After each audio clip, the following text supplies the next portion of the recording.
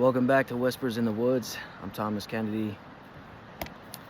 Today is the 31st of March.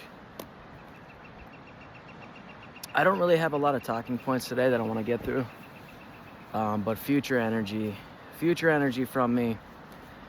I have some writing material, things that I've written down, from the past, and over the next couple of days, I'm going to have to transfer those. So I'm going to transfer those, and I'm going to be talking about specific people and exposing them. But there is something that I kind of want to hone in on a little bit, and it's really just putting some of these organizations on blast and warning them that I'm going to be coming for them in the future.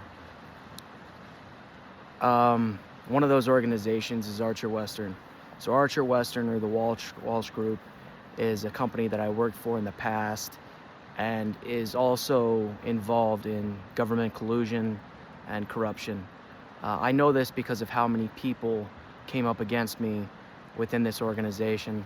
One of those individuals who I want to speak about is an individual named Tom. So, guy, gray hair, fat as fuck, real lazy. Just noticed that he chain smokes cigarettes all the time.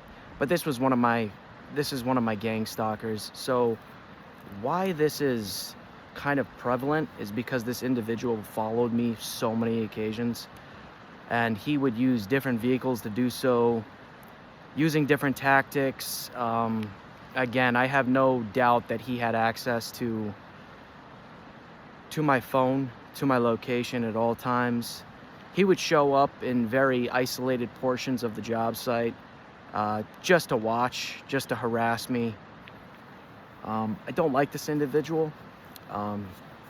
In the future, I'm going to take everything from this motherfucker. I'm not going to feel bad about doing that either. But he just seemed like a very corrupt individual. So the narrative that was kind of given to me was that this individual came into job sites specifically to kind of make cutbacks and kind of move jobs along that are kind of near the end. You know what I mean? Save the company money, ultimately. But I don't know how much of that was true. I have no doubt that he was part of probably a government organization, probably the Space Force specifically. And if he was, there is also a potential that he was tied to a secret society. And I think that's something that I need to speak about a little bit, is these secret societies like the Freemasons, the Eastern Stars, the Illuminati, all these fucking secret societies that exist. What you have to understand is that they recruit people in powerful positions. They recruit people within businesses, organizations, government entities, and they will use these people. They will use these people as tools to come up against anyone that they wish. I mean, that's how they operate. It's part of the corruption. But what a lot of these people that are in the military and police officers specifically that join these organizations, what you have to understand is, if you are approached by these organizations at all, what they think of you as dogs. That's how they refer to you, as dogs. You are just there to do their bidding. You are expendable, and you will be thrown out like a piece of garbage after they use you. That's how these secret societies work. That's how these organizations operate, and they do it on a daily basis without people knowing, But it's part of the corruption, It's another thing about, this individual. I was very open, There was an individual who I work with who I was extremely open about this individual, Tom, and what I thought about him and how I thought he was a fucking piece of shit. I expressed my opinion multiple times, and I called it out multiple times that he was actively following me all around the job sites in different vehicles. Called it out every single time. So throughout this period, when I was working for Archer Western, I was working on the Gateway Express. I had worked for Archer Western for several years, and this was the last project that I partook in. But throughout this period in time, I was followed multiple times by multiple people.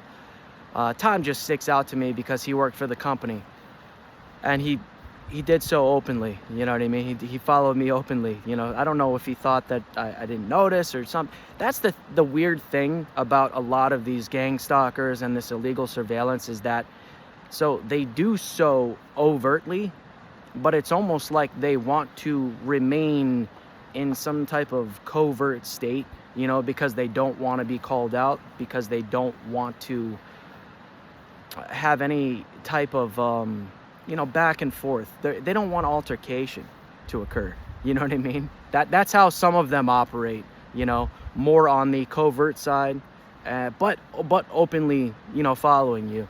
And then some of them are just there to want, you know, to gain a reaction out of you. You know what I mean? But all based in fear tactics, like I've explained before.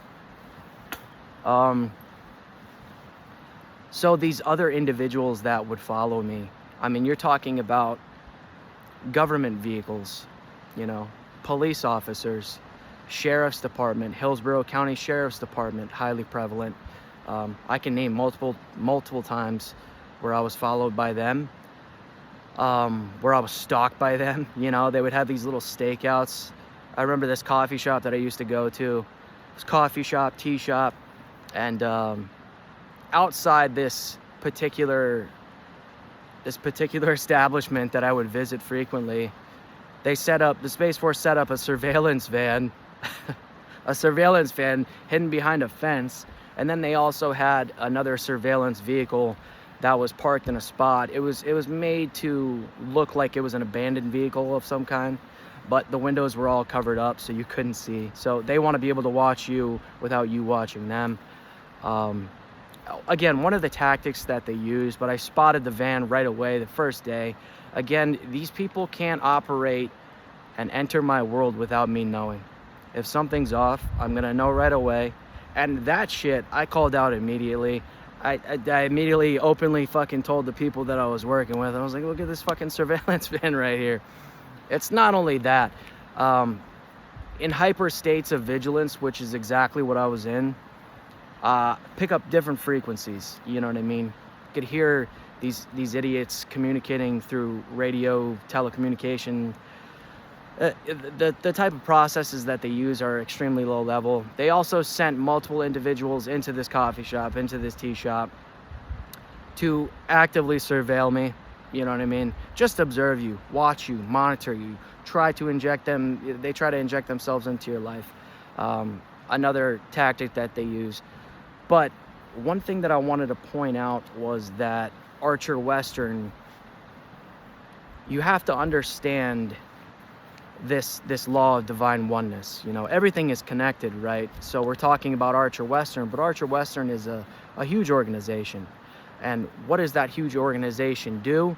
They do construction. But what do they specialize in is government projects. So these government projects are awarded to them through government contracts. So the government collusion that I speak of and that I talk about, what a lot of these people don't understand is the law of divine oneness. It highlights the interconnectedness of all things beyond our senses. Every thought, action, and event is in some way connected to everything else.